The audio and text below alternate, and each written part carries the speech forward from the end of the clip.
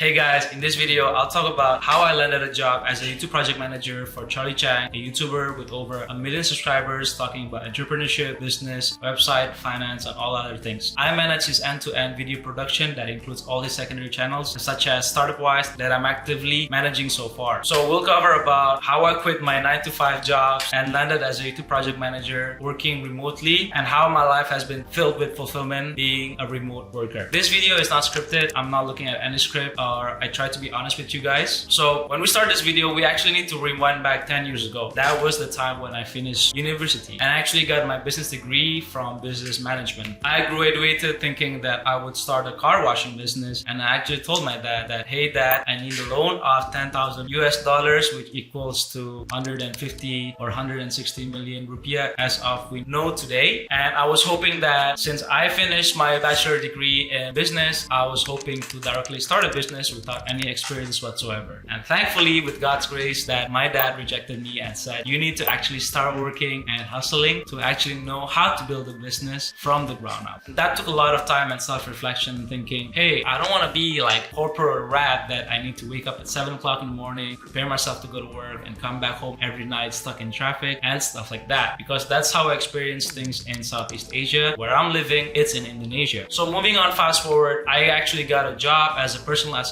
to a parking firm company, and it's actually called Sky Parking. As I developed my careers, I was actually told to become a business developer assistant, and that job responsibility includes finding out new pipeline or new areas where we can actually establish our parking or collaborate with malls, other companies to actually have a new business in there so that we can have a revenue sharing type of model. I actually lasted like 3 months there. I did not last long and I actually hated it. I think the amount that I earned that time as a full-time employee, being a personal assistant and also a business developer assistant, was around $200 to $300. That's for a month pay. And it was actually very low towards what I expected, but that was the actual market salary wage for a fresh graduate. I quit after 3 months. I told the owner that I actually wanted to pursue my life in fitness. You know, he didn't accept my resignation that time, but as time goes on, I convinced him that I'm not longer interested in this company, or I'm feeling very low on energy, unmotivated, and stuff like that. So I quit. I found this job called PrimaFit, and it's basically, they're selling like fitness equipments, right? I actually thought, hey, that aligns with my fitness goal, because I thought that social media was in the uprising and I wanted to become part of something that aligns with my mission and vision. So I joined their activity. I got to know the people inside the company, and I actually have an alumni there and gave me networks towards one of the owners of the company. PrimaFit offered me a job, and turns out that job was actually shopkeeping for one of their branches in the mall to sell fitness equipment. And that salary is actually the same for what I used to be getting in the parking firm. I was like, I studied my ass off for 4 years and just to land a job being a shopkeeper, you know, taking care of all the fitness equipments and stuff, which is not what I entirely envisioned myself into. So I rejected the offer kindly, and I had to self-reflect and think about my plans. And this is where it actually got really interesting. Since I'm unemployed at that part, my dad told me that, you know, if you cannot find another job, you'll need to go back to Qatar, as that's where my family is actually living right now. And I don't want to go back to Qatar. That would mean I'll need to live a life within my parents' radar. That means they'll probably tell me what to do, what not to do. And I like living a life with freedom independently. Everything in Qatar is very strict. That means I cannot see my friends anymore. I cannot hang out as usually as I want to. It's much more of a conservative place there. So my father gave me actually 3 months to find a job, otherwise I'll need to go back, and he'll actually stop funding me for my rent and for my daily needs throughout the month. So after that, I updated my resume, I updated my portfolio, and I actually landed a job at one of the e-commerce firm called Shopee. And what Shopee is basically an e-commerce online platform, just like Amazon or eBay, where you actually order stuff online, but it's popular for Indonesian, Malaysian, or even Singaporean people to use it in the Southeast region area. So I got an internship, not a full-time job, but an internship as a business developer within Shopee. And I was categorized in the e-product section, which means that I would actually find new clients, find new partnership to actually work alongside them together to actually sell the tickets online. That would actually mean I need to find attraction parks such as museum activities or any other leisure activities that includes like stuff like Disneyland, but in Indonesia. And I'll actually resell that ticket online. I'll make a deal with them that we will buy in bulk and you'll need to cut down down the price so that we can sell it at a higher rate. So that was what I actually handled in Shopee. I worked there for 6 months and I was working like a corporate slave. But why did I work longer and earning less? And surprisingly, I was actually earning $6 a day. So if you multiply that by 22 of working days, that would probably mean $130 in a month or $140 in a month. That is actually lower than what I was earning back in Sky Parking. Why did I actually stay in the company longer, although I was actually earning less? It's because of the skills that I learned so far along the way and the selection of the progress that to get inside this e-commerce company was actually quite hard. But again, I'm not even earning well to actually support my day-to-day needs, paying the rent. All of that was supported by my dad. And in Shopee, I was working furiously. I was coming into work at 9 a.m. in the morning and probably getting off work like 3 a.m. So working for an e-commerce company, you need to be on standby because a lot of things can go wrong during their flash sale campaign. That means the duplicate tickets or duplicate items, and you'll need to be on standby to make sure that everything is working smoothly. So I don't usually work 9 a.m. to 3 a.m. That means like a good solid 12 hours during the day, but that would probably happen once or twice every week. And I was drained. I used to cry out to my dad and tell that I can no longer work here. But one thing that he told me that everything that you do, try to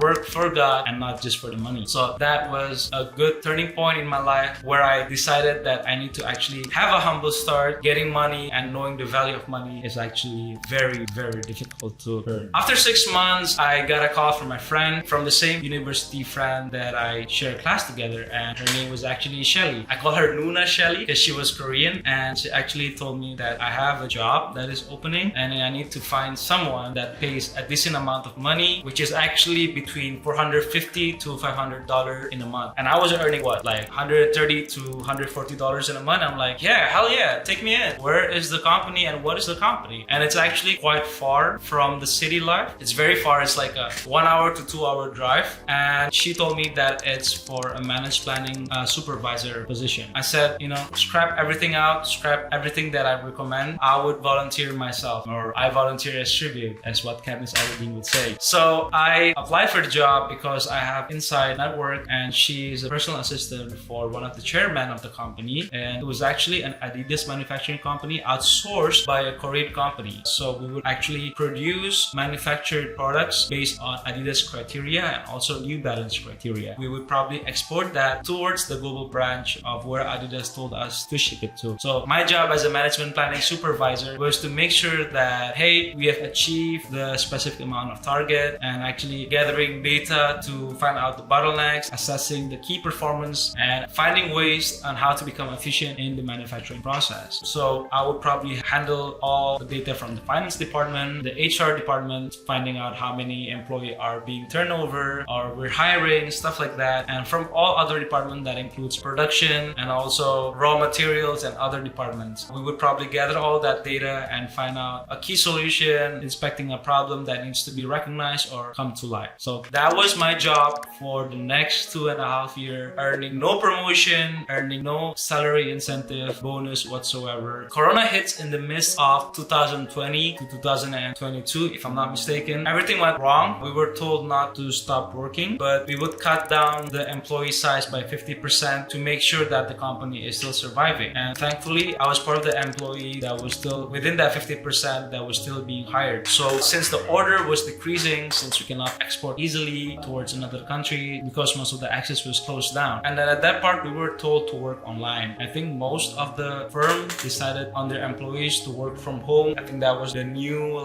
digital era that was uprising during the pandemic times. After 6 months, working online and also sometimes going to work to see the field or how production was doing. After everything was back to normal, why am I always late during this time? I was actually late because I had no motivation. I had low driven purpose, and working in that company without any career ladder or destination was actually draining, and I was feeling burnt out. Like driving back and forth 1 or 2 hours, throughout the day, getting scolded on because I was late by the HR department.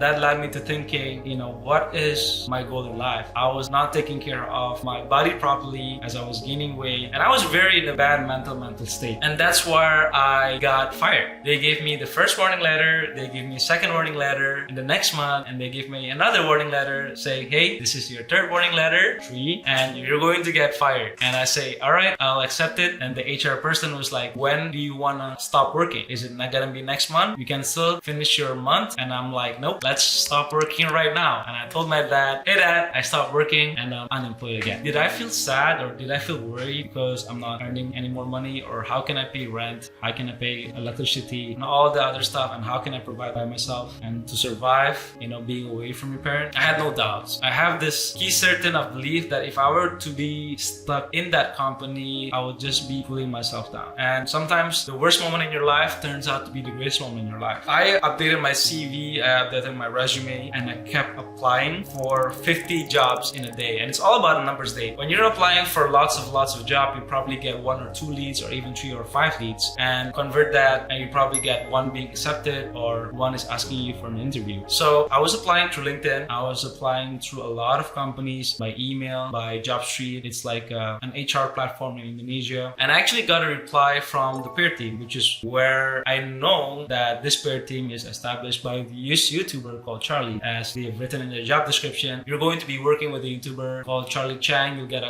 his network stuff and stuff like that. And I just applied it. It's like project manager for peer and a US YouTuber. They pay in dollars. And I'm like, what? They pay in dollars? That's cool, man. They were actually offering me $750 for a month, which is the most I've actually gotten as an individual in my whole entire career life. I actually got a reply the next day. There was this girl, I'll probably tell her name was A. She gave me an email saying, hey, we love to get an interview with you as you've passed our assessment criteria. Your CV or resume looks good and we'd like to get to know more of you. I'm like, hey, sure, I'll be there. And we actually got into a meeting and they were very impressed with my English talking skills, and they said that I was the right fit for working with Charlie or for this paired business. And when I actually got into the interview, they saw that, hey, I was one of the top candidates in their list and they would like me to make a video test assessment explaining 3 set of questions, but it was more of explaining what is my motivational. It's like a motivational letter in terms of a video. And so I submitted that towards the peer team and they actually direct that to Charlie, and Charlie was quite surprised by the amount of knowledge that I have in social media, because in the times during my unemployment phase, I was actually taking online courses about how to build an audience in Instagram and all about YouTube education, stuff like that, just to increase my skill set. And the peer team directly told me that, hey, Charlie would love to get in an interview with you on Friday, which is the next 2 days after I've got the interview with the paired HR team. And so I directly jump in the interview with Charlie, and Charlie, the first thing he said to me was like, hey, I didn't know your English was that good. I told, yeah, I've been living in Qatar. I've been raised there throughout my childhood until I finished my high school. And Charlie was like, hey, when can you start working? We'd like to,